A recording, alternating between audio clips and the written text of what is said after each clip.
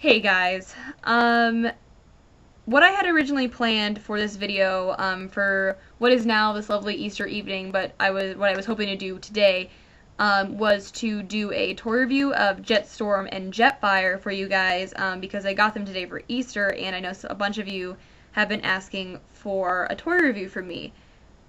Well, and let's just say that I tried. I tried really hard for you guys.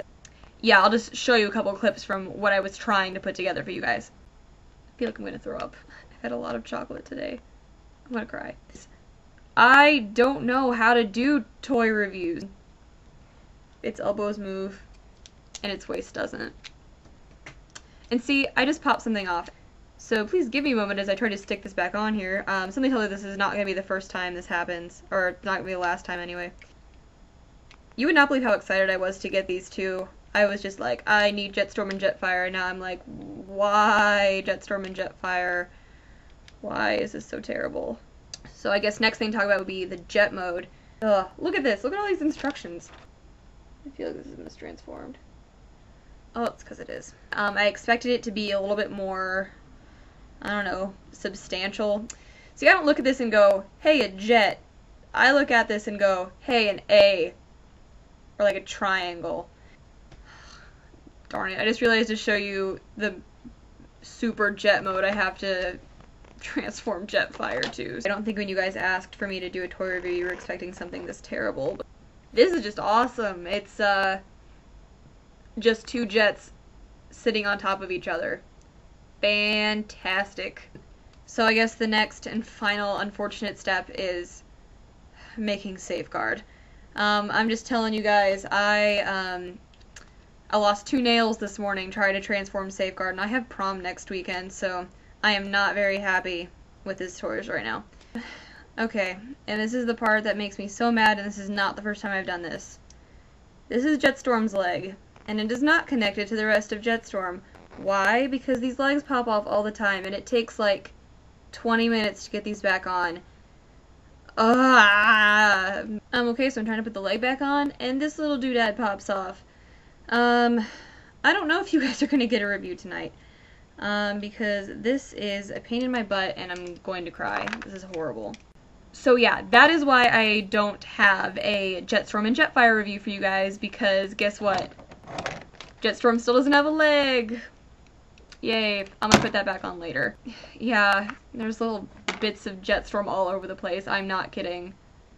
Jetstorm is not together in one piece.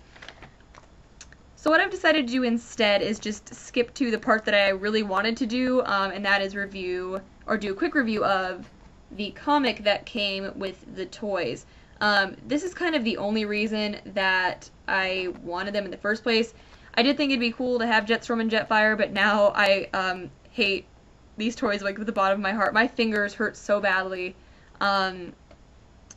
And I know that this was going to be, or did come with, I think it already came out, the trade paperback for Animated The Arrival, but I wasn't really enjoying the one issue I read of that, though now I'm starting to think that it might have been a better investment to get the trade, but you know what, you live and learn. But I still got the comic, and that's what's important. So I'm going to do a quick review for you guys of this, not quite as detailed as most of my other reviews. So what we have here is the Rise of Safeguard. Okay, so the story is done by Eric, I think it's Siebenaler. I really have no idea how to say that, and I know I usually say I'm bad with names, but I'm just looking at this and my brain is ripping in half. I really don't know how to say that. And Marty Eisenberg. Script is by Marty Eisenberg, and the art switches between Boo, like that is, this person's name is Boo, and Matthew Frank. And it starts off basically showing that the Autobots aren't doing too awesome with all the Decepticons that are running around currently, and Ultra Magnus thinks that they need a new secret weapon, but not anything as drastic as Project Omega, so Omega Supreme. We see that the Autobots have Starscream, or at least had Starscream for a while, and Perceptor actually has this idea of using Decepticon codes in an Autobot shell. And Ultra Magnus says, you know, we don't want to risk any elite guard stuff on this, so you need to go find me someone expendable. Ouch. I know this is a common point of discussion nowadays with Transformers Animated, but Ultra Magnus, wow. It's interesting to see how Ultra Magnus really seems to be in the mindset that since they're at war, basically anything goes.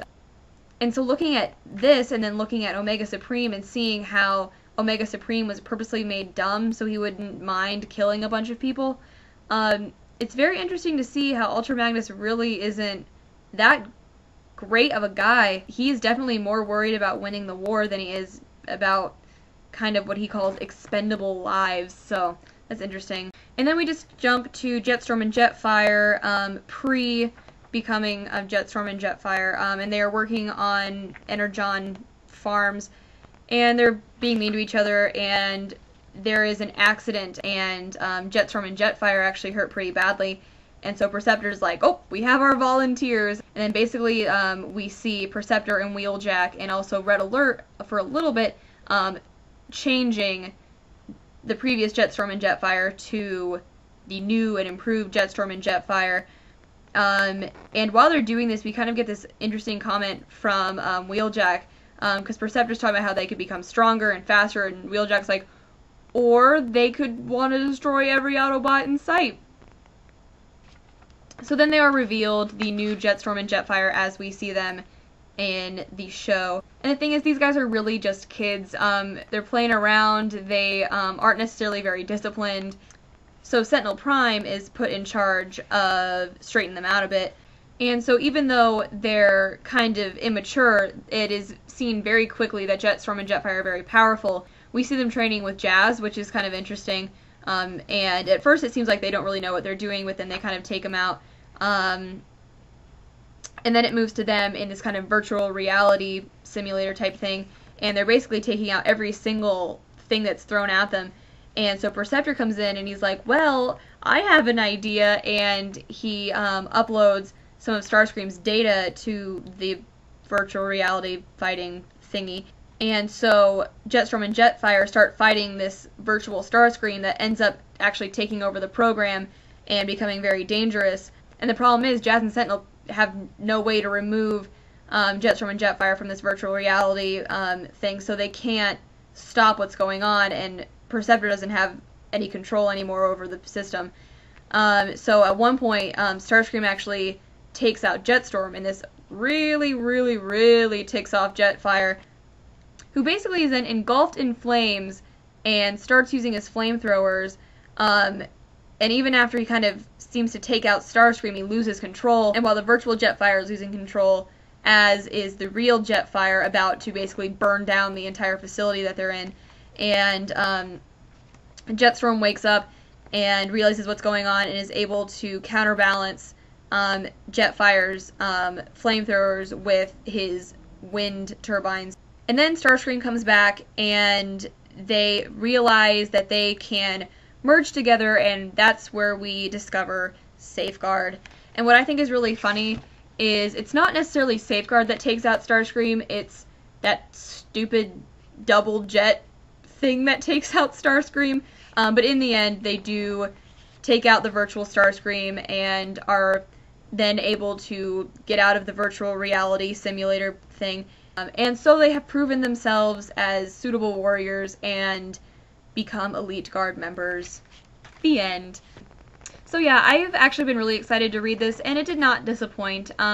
It's a fun little story, and I like getting to see the backstory between Jetstorm and Jetfire, since they're definitely some very interesting characters within the animated continuity. The big thing about this issue is that we totally get to see the moral ambiguity that's been presenting itself with Season 3 of Animated. I think it's very interesting to see that the Autobots maybe aren't quite as great of good guys as they had originally been presented. So yeah, I know that's not how I usually do these, and I apologize, but I just got too frustrated with those stupid toys.